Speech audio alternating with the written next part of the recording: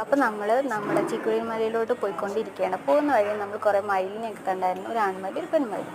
പിന്നെ നമ്മൾ പോയിക്കൊണ്ടിരിക്കുമ്പോൾ ഈ സാധനം ദൂരത്തുനിന്ന് കാണും, ഒരു പാമ്പിനെ പോലെ ഉണ്ടായിരുന്നു. അങ്ങനെ പോയിക്കൊണ്ടിരിക്കുമ്പോഴാണ് കുറേ പട്ടികൾ നമ്മൾ ഓടിക്കാൻ വേണ്ടി വന്നിട്ടുണ്ടായിരുന്നു. ഒന്നല്ലായിരുന്നു, ഒരു 3-4 ഉണ്ടായി. അത് കണ്ട് പേടിച്ച് ഞങ്ങൾ ഒരു ഗേറ്റിനപ്പുറത്ത് പോയി നിന്നു.